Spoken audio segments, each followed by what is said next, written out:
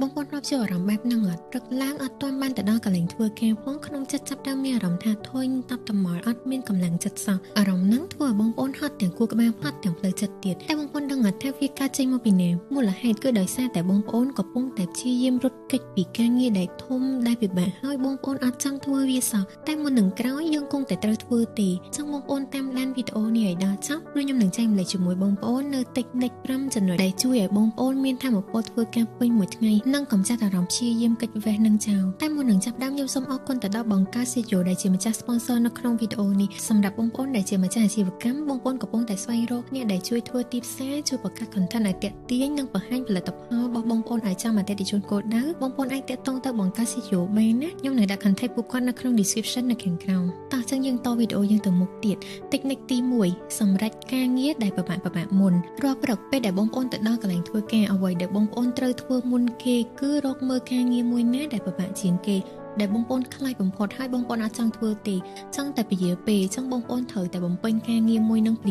មព្រោះវាគឺជាមេដែលបង្កបញ្ហាចឹងបើសិនជាបងប្អូននៅតែទុកការងារនឹងវិញគឺខួរក្បាលបងប្អូននៅតែបារម្ភខ្វាយខ្វល់ពីការងារនឹងពេញមួយថ្ងៃទោះបីជាបងប្អូនទុកសិនហើយបងប្អូនធ្វើការងារផ្សេងសិនក៏ដោយបងប្អូនអាចសម្រេចការងារផ្សេងបានប៉ុន្តែនៅក្នុងចិត្តបងប្អូនប្រកាសជាអត់ស្លាស់ទេព្រោះថាការងារដែលពិបាកជាងគេនឹងគឺបងប្អូនអត់ទាន់បានធ្វើទេចឹងបងប្អូនធ្វើការងារនេះប៉ុន្តែក្នុងចិត្តគិតតែពីការងារនោះម្យ៉ាងទៀតថាមពលខួរក្បាលកម្លាំងចិត្តនិងសមត្ថភាពនៅក្នុងការសម្រេចចិត្តរបស់មនុស្សយើងគឺមានដែនកំណត់ហើយវាស្ថិតនៅក្នុងកម្រិតខ្ពស់បំផុតនិងស្រស់ស្រាយបំផុតនៅពេលព្រឹកបន្ទាប់ពីបងប្អូនបានសម្រាប់ពេញមួយយប់បើសិនជាយើងយកថាមពលដ៏ល្អបំផុតនឹងទៅដោះស្រាយការងារដែលពិបាកបំផុតនោះភាគរយសម្រេចទទួលបានខ្ពស់ខ្លាំងណាស់បងប្អូនហើយផ្ទុយទៅវិញបើសិនជាបងប្អូនទុកចោលរហូតដល់ល្ងាចពេលដែលខួរក្បាលយើងហត់នឿយជាមួយនឹងការងារផ្សេងហើយគឺយើងលែងមានថាមពលសម្រាប់ដោះស្រាយការងារដែលពិបាកនឹងទៀតហើយលទ្ធផលគឺយើងកាន់តែចង់ពយាពេលទៅថ្ងៃស្អែកហើយថ្ងៃស្អែកទៀតបែបហ្នឹងហើយគឺបង្កើតទៅជាទម្លាប់ពយាពេលអត់ចេះចប់អត់ចេះហើយប្រយោជន៍មួយទៀតនៃការដោះស្រាយការងារដែលពិបាកមុនគេគឺធ្វើឲ្យបងប្អូនមានទំនុកចិត្តខ្ពស់ទៅលើខ្លួនឯងព្រមទាំងបង្កើតទៅជាកម្លាំងចិត្តមួយដែលប្រាប់ខ្លួនឯងថា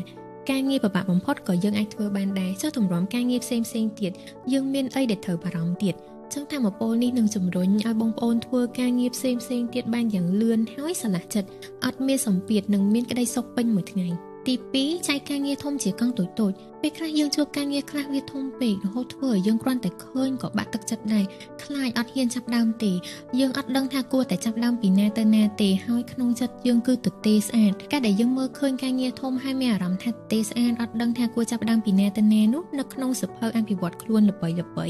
ីគឺគេហៅថាស្ថានភាពសពេចសពិលនៃគោលដៅចឹងដំណោះស្រាយគឺបងប្អូនមិនមែនធ្វើការងារធំទាំងមូលហ្នឹងនៅក្នុងពេលតែមួយថ្ងៃទ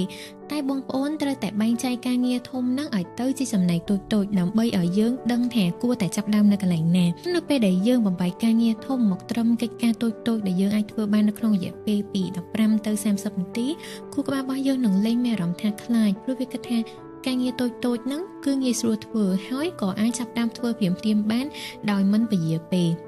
អ្វីដែលសំខាន់គឺការសម្រេចបានកិច្ចការតូចម្ដងមួយចំហៀនហ្នឹងធ្វើឲ្យយើងមានកម្លាំងចិត្តបន្តទៅធ្វើកិច្ចការតូចមួយទៀតរហូតតតែយើងធ្វើការងារធំទាំងមូលបានបញ្ចប់អត់ដឹងខ្លួនហើយធ្វើបែបហ្នឹងក៏យើងអត់មានសម្ពាធដែរឧទាហរណ៍ពេលដែលបងប្អូនសរសេររបាយការណ៍ឬក៏សារណាស្រាវជ្រាវក្រាស់កម្រាស់ប្រហែលជា50ទំព័រសិនបើបងប្អូនគិតថាខ្ញុំត្រូវតែបញ្ចប់របាយការណ៍ទាំងមូលហ្នឹងនឹងធ្វើឲ្យលឿនជាទីបំផុតច្បាស់ណាស់ប្រកាសជាបងប្អូនមានសម្ពាធបាក់ទឹកចិត្តតានតឹងហើយអង្គុយស្លឹងមើលកុំព្យូទ័រទាំងចិត្តទទេស្អាតអត់ដឹងថាសរសេរពីអីមុនប៉ុន្តែបើសិនជាបងប្អូនប្រើការបែងចែកជាចំណែកតូចរៀបចំឲ្យខ្លួនឯងដូចជាផ្ដើមពី outline ហើយមេតិកាបន្ទាប់មកគឺដាក់ព័ត៌មានបញ្ចូលនៅពេលដែលយើងបែងចែកកំណត់គោលដៅតូចបែបហ្នឹងចិត្តយើងនឹងធូរស្រាលហើយបងប្អូនដឹងថាគួរតែចាប់ផ្ដើមពីណាទៅណាហើយអាចចាប់ផ្ដើមភ្លាមបានទី3បង្កើតម៉ោងផ្ដោតអារម្មណ៍បងប្អូនគួរតែបង្កើតម៉ោងផ្ដោតអារម្មណ៍សម្រាប់ខ្លួនឯងហើយនៅក្នុងអំឡុងពេលហ្នឹងគឺយើងផ្ដោតតែបំពេញការងារទេដោយមិនអនុញ្ញាតឲ្យខ្លួនឯងរំខានពីសំឡេងខាងក្រៅដូចជាសំឡេង notification នៅតាមទូរស័ព្ទជាដើម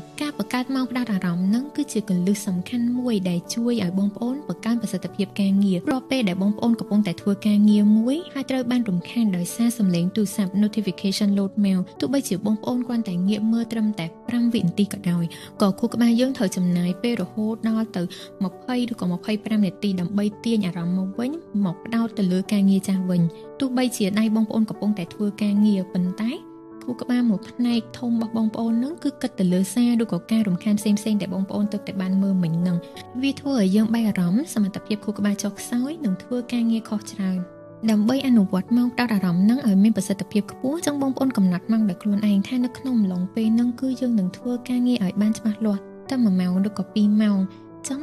នៅក្នុងអំឡុងពេលហ្នឹងបងប្អូនដាច់ខាតបិទសំឡេងទូរស័ព្ទកាប់ទូរស័ព្ទចុះក្រោមឬក៏យកវាទុកឲ្យឆ្ងាយពីដៃហើយយើងបិទរាល់ tab Facebook ឬក៏ YouTube ទាំងអស់ដែលនៅក្នុងកុំព្យូទ័រនៅក្នុងរយៈពេលដ៏ខ្លីហ្នឹងគឺយើងផ្ដោតតែលើដោះស្រាយតែការងារចំពោះមុខតែមួយមុខទេបន្ទាប់ពីម៉ោងកំណត់បានបញ្ចប់ហើយទើបបងប្អូនអនុញ្ញាតឲ្យខ្លួនឯងសម្រាក5ទៅ10នាទីធ្វើអ្វីៗដែលបងប្អូនចូលចិត្តធ្វើបែបហ្នឹងមិនត្រឹមតែជួយឲ្យបងប្អូនបញ្ចប់ការងារធំៗនិងពិបាកៗឲ្យបានលឿនជាងមុនទេហើយថែមទាំងជួយសន្សំថាមពលខួរក្បាលរបស់បងប្អូនមិនឲ្យហត់នឿយខ្លាំងពេកដែរនៅពេលដែលយើងអាចគ្រប់គ្រងបរិយាកាសជុំវិញខ្លួននិងមិនឲ្យខួរក្បាលទទួលសំឡេងរំខានពីខាងក្រៅបាននោះយើងនឹងមានអារម្មណ៍ថាធ្វើការងារដោយរលូនហើយលទ្ធផលការងារចេញមកក៏មានគុណភាពខ្ពស់ដែរដែលធ្វើឲ្យយើងមានមោទនភាពចំពោះខ្លួនឯងទី4រៀននិយាយថាទេមូលហេតុធំបំផុតដែលធ្វើឲ្យបងប្អូនមានអារម្មណ៍ថារវល់ពេញមួយថ្ងៃប៉ុន្តែការងារមិនសូវបានផលអីសោះគឺដោយសារតែបងប្អូនចំណាយពេលច្រើនពេកទៅលើការងារតូចតាចដែលមិនសូវបានលទ្ធផលច្រើនឲ្យតែមានសារលុតមកព្រាមគឺបងប្អូនតបទៀមហើយឲ្យតែគេពឹងពាក់អីគឺដឹងតែយល់ព្រមទាំងអស់ដល់ពេលចុងបញ្ចប់នៃមួយថ្ងៃបងប្អូនក៏ហត់ហើយការងារសំខាន់ពិតប្រាកដបែរជាមិនទាន់ហើយទៅវិញការពិតទៅប្រសិទ្ធភាពនៃការងារមិនមែនវាស់វែងទៅលើការដែលយើងធ្វើការងារបានច្រើនមុខទេបងប្អូនវាអាស្រ័យទៅលើការដែលយើងធ្វើចំការងារដែលសំខាន់បំផុតរាល់ពេលដែលបងប្អូនយល់ព្រមធ្វើការងារដែលមិនសូវសំខាន់គឺបងប្អូនកំពុងតែដកពេលវេលាសម្រាប់ការងារសំខាន់ទៅចំណាយទៅលើការងារមួយនោះមនុស្សដែលធ្វើការងារទទួលបានប្រសិទ្ធភាពខ្ពស់មិនមែនជាមនុស្សដែលធ្វើគ្រប់រឿងទាំងអស់ទេប៉ុន្តែពួកគាត់ដឹងថារឿងណាគួរឲ្យតម្លៃផ្ដោតអារម្មណ៍លើហើយរឿងណាដែលមិនគួរខ្វល់មិនមែនតោះតែយកបំពេញការងារបានច្រើនមុខទេទើបឃើញថាខ្លួនឯងប្រកែវាអាស្រ័យទៅលើថាតើបងប្អូនបានចំណាយពេលវេលារបស់ខ្លួនឯងទៅលើការងារដែលមានតម្លៃបំផុតហើយឬនៅទី5រៀបចំការងារសម្រាប់ថ្ងៃស្អែកយើងគ្រប់គ្នាជាធម្មតាឲ្យតែចិត្តដល់ម៉ោងចេញទៅផ្ទះគឺយើងដឹងតែរៀបចំខ្លួនចាំតែដល់ម៉ោងហើយចេញទៅតែម្ដងចឹងឥឡូវនេះបងប្អូនជួយបន្ថែមជាមួយនឹងទម្លាប់មួយដ៏ល្អគឺមុនពេលដែលបងប្អូនចេញពីកន្លែងធ្វើការរាល់ថ្ងៃបងប្អូនសូមចំណាយពេលតិចតួចត្រឹមតែ5នាទីដើម្បីរៀបចំគម្រោងសម្រាប់ថ្ងៃស្អែកមិនចាំបាច់រៀបចំវែងឆ្ងាយទេបងប្អូនគ្រាន់តែយើងសរសេរចេញមកថាតើនៅមានការងារសំខាន់អ្វីខ្លះដែលយើងត្រូវចាប់ផ្ដើមធ្វើមុនគេពេលដែលយើងចូលទៅដល់កន្លែងធ្វើការធ្វើបែបហ្នឹងនឹងជួយបងប្អូនដឹងច្បាស់ថាតើមានការងារអ្វីខ្លះដែលយើងត្រូវសម្រេចនៅថ្ងៃបន្ទាប់ជៀសវាងការភ្លេចនៅការងារសំខាន់ហើយវាក៏ជួយឲ្យខួរក្បាលរបស់យើងបានសម្រាប់ពេញលេញពេលដែលទៅដល់ផ្ទះដោយមិនបារម្ភមិនភ័យខ្លាចភ្លេចការងារសំខាន់ដែលធ្វើឲ្យយើងគេងលក់ស្រួលហើយមានក្តីសុខជាមួយនឹងគ្រួសារសង្ឃឹមថាតិចនិចទាំង5ដែលខ្ញុំបានចែកម្លែកជាមួយបងប្អូននៅថ្ងៃនេះមានតម្លៃ